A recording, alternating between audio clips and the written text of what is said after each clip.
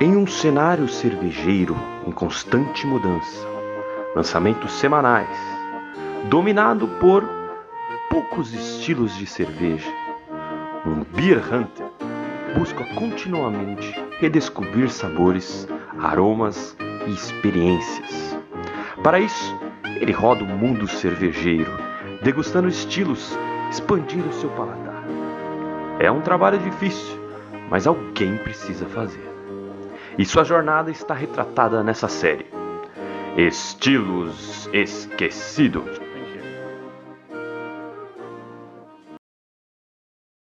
Bem-vindos ao canal Cerveja Fácil. E hoje a gente vai explorar um estilo aí, tem um perfil um pouco inusitado, meio quebrador de paradigmas. A nossa Belgian Pale Ale, que está bem esquecidinho nesse mundo da cerveja artesanal. Às vezes você nem vê tanto cervejeiro caseiro querendo fazer. Ou você faz uma American Pale Ale ou uma English Pale Ale, mas uma Belgian?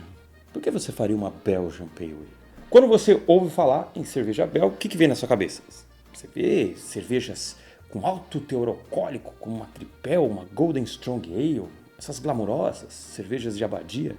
Ou você pensa naqueles aromas do campo ou da fazenda, com ingredientes exóticos como uma Saison, ou, de repente, uma cerveja bem condimentada e temperada como uma Witbier? Mas uma Belgian Pale Ale não tem muito disso. Na verdade, ela não tem muito a ver com o que você esperaria do nome. Essa cerveja data do século XVIII, quando as primeiras versões de cervejas belgas menos alcoólicas foram começar a aparecer, e também as cervejas mais claras belgas. Só que só foi no século XIX que quando uma série de novidades no mundo cervejeiro de fato começou a tomar forma e o estilo começou a tomar forma. Com a chegada das lagers alemãs e das pilsners tchecas, o mundo só queria saber de cervejas claras, límpidas, bonitas e com teor alcoólico mediano, ou para baixo disso. E também, claro, com um perfil mais suave, não tão intensas e carregadas em esterificação ou intensas e carregadas nos maltes. Só que o modo como era feito,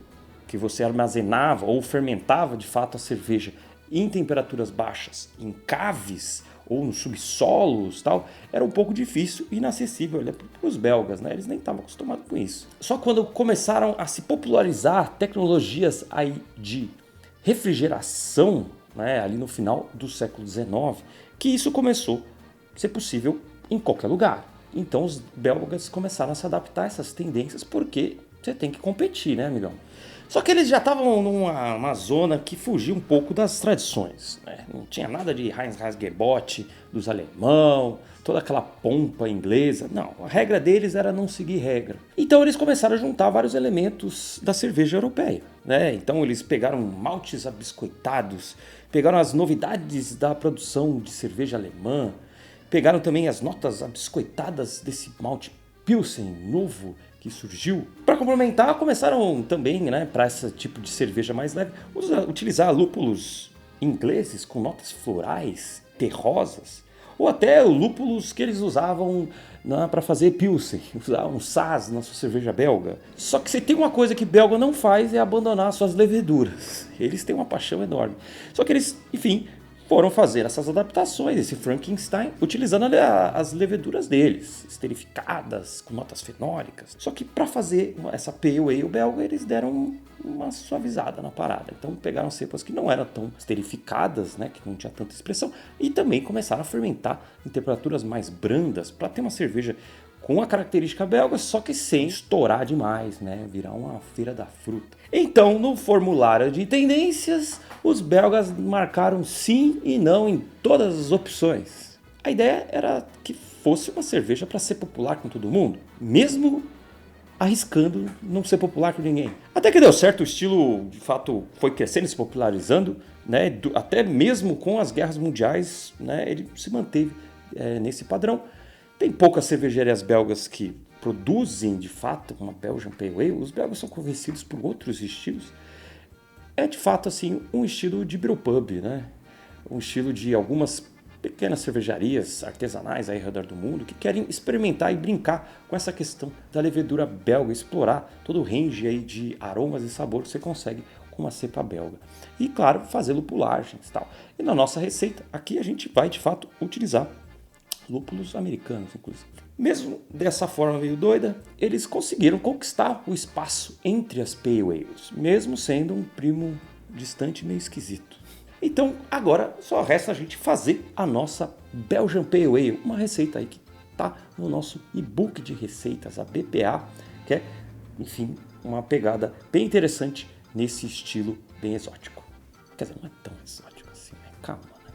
Enfim, bora pra abraçagem.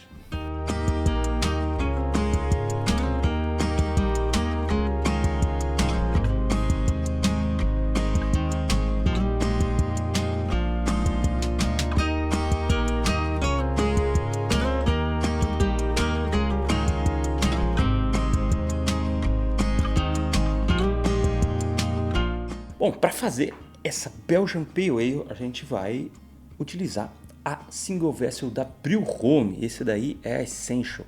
Cara, tenho usado já muitas braçagens, esse modelinho Essential, que é direto ao ponto, cara. É setar a temperatura que tem o controlador, é bem simples o controlador, colocou a temperatura, ele vai manter quanto tempo você quiser. Enfim, eu acho muito prático isso daí, do que ficar configurando tempo, rampa. Enfim, a gente faz rampa única em tudo quanto é breja. E a parte legal que conta também com uma bombinha de recirculação para você poder fazer a sua mostura de forma mais prática, tá? Você não tem que ficar mexendo toda hora. Eu ainda assim recomendo às vezes.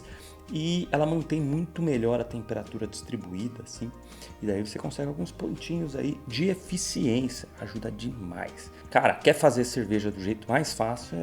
É só desse jeito. Com uma Single Vessel vai te ajudar muito, você faz a breja do sofá. Tem link na descrição para você conhecer os produtos da Brew Home e dar aquele upgrade na sua breja. Então para essa receita a gente vai trabalhar com 4 kg de malte Pilsen e também um complemento bem legal aí de malte Munique. 1 kg de malte Munique, um Munique Light, para trazer umas notas maltadinhas para essa breja. E daí fiz a mostura a 66 graus, uma temperatura aí razoável, vai dar uma secadinha nessa breja, vai ficar interessante. Acabada a mostura, é só suspender o cesto da Brew Home, no caso ele tem um fundo falso, é um cesto de polipropileno e tem um fundo falso de inox, então fica bem prático. Daí você coloca um pratinho embaixo, deixa escorrer e daí você faz a sua lavagem, né, nas canecadas de Oktoberfest, e eu faço assim porque é mais rápido. Daí a gente pode ir para fervura. A fervura, a lupulagem é um misto, né? Porque a gente vai trabalhar com lúpulo de amargor, Hércules, a 60 minutos, mas também no final da fervura a gente vai usar Cascade e Centennial, são 30 gramas de cada para dar aquela pegada interessante lupulada que uma Pale Ale precisa, mas aqui é uma Belgian Pale Ale.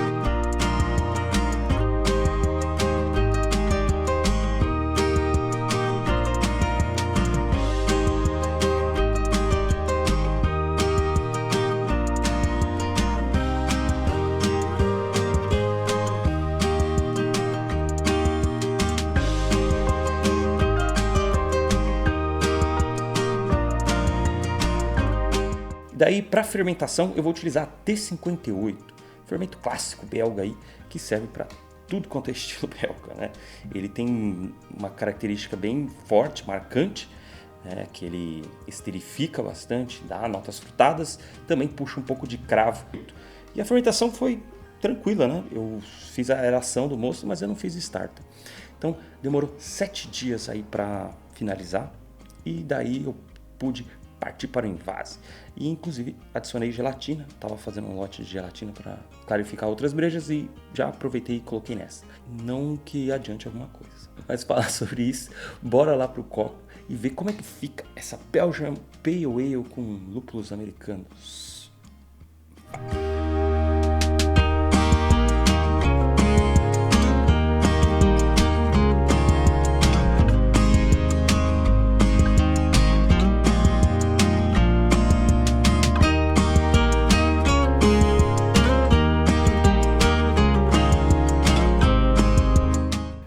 Cerveja bonita, ela tem um amarelo quase ouro, intenso, elegantemente turva, não, é só turva mesmo, espuma cremosa, densa, É isso, saúde. Dá para sentir a característica do T58, enfim, isso é de cara, né? Um pouco fenólico, né? O que lembra o nosso cravo. Dá para sentir uma esterificação, um pouco de pão branco. Mas tá elegante, não tá estourando com uma Tripel, estaria, uma Golden Stroke Ale, deveria estar, tudo. Então tá casadinho, saúde. Ó, finalzinho tem um amarguinho gostoso, mas ele vai embora. Tem um pouco de uma nota de lupulagem americana, né? Mas é bem suave, assim. Um pouco frutadinho, um herbalzinho do lúpulo. É, uma cerveja bem simples, mas que entrega em questão de sabor, entrega a questão da cepa belga, do fermento T58. Eu acho que aqui ficou bem legal, né? Mas tem muito cravo pro meu gosto. Eu não sou muito fã de cervejas muito cravudas, né? Eu acho que uma esterificaçãozinha tá ok, tá ótimo. Mas puxa um pouquinho de cravo a mais que eu gosto. É muito refrescante. A gente tá falando de uma cerveja aí que vai ter seus 5% de álcool, seus 30 IBU, então tem bastante informação. A cor tá aqui, são 4, 5 SRM talvez, né? Eu acho que eu deveria ter ido para uma linha mais intensa na questão de maltes, né? Porque brigar com a levedura belga é pedir para apanhar, né? Então eu colocaria, né, um ajuste, colocaria um pouco de malte caramelo, porque os belgas meio que seguiam a escola inglesa assim, de uma pale ale, né? Na época não tinha a escola americana, né? Eu acho que eu usaria para deixar um acobreado, né? Deixar um pouco mais profundo e também um pouco de corpo. Eu acho que ia ajudar bastante. E também talvez uma outra substituição simples seria pegar, em vez do Munich Light que eu utilizei, utilizar o Munich Dark, que ele traz mais pegada ainda de tostado, né? Leve tostado, pãozinho, casca de pão.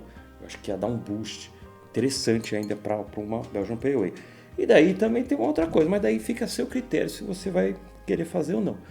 Quem sabe essa lupulagem toda aí poderia ir para uma partezinha para o dry hop, né? Para dar um frescor a mais, nem que seja essas 30 gramas aí do Centennial, de repente com um cascadezinho. Acho que daria um frescor que não se nega para ninguém, né? Dry hop e copo d'água não se nega para ninguém. Então eu acho que é interessante. Não ia perder tanto na questão de sabor, pega umas 30 graminhas ou 50 e faz um dry hopzinho nela. Classicamente não é feito, mas, né, ninguém te impede, é ou não é? Mas tá bem refrescante. A questão do T58 é que é uma cepa difícil de clarificar, viu? É uma praga, você não consegue clarificar isso aqui. Nem com gelatina, nem com uns 5 dias de barril já, você consegue clarificar esse cara. Enfim, né? Acho que T58 só clarifica na garrafa depois de um mês. Se você quiser aprender mais sobre desenvolvimento de receita, refinar suas receitas, como a gente sempre faz aqui nesse exercício mental no final dos vídeos de receita, tem umas dicas boas para te passar lá no nosso curso de desenvolvimento de receitas, que vão te ajudar muito a construir uma receita de um estilo que você não vê tão fácil por aí, resgatar ele e construir a sua versão, a versão que vai se adaptar para o seu paladar. Isso vai ser muito legal. Esse curso está disponível lá faz um tempo já e quando você compra é seu para sempre. Afinal de contas, o acesso é vitalício e a gente dá garantia total de satisfação. Beleza? É isso, ó. Vou ficar com a minha Belgian Pale Ale aqui. Olha, uma boa base para colocar algumas frutas, né? Eu acho que ia deixar mais a parte frutada em evidência e a parte do cravo em menor evidência. Eu acho que ia ficar show de bola, né? Pensa aí com uma receita base legal para você fazer uma fruit beer, tá bom? É isso, um abraço e boas brechas. Falou!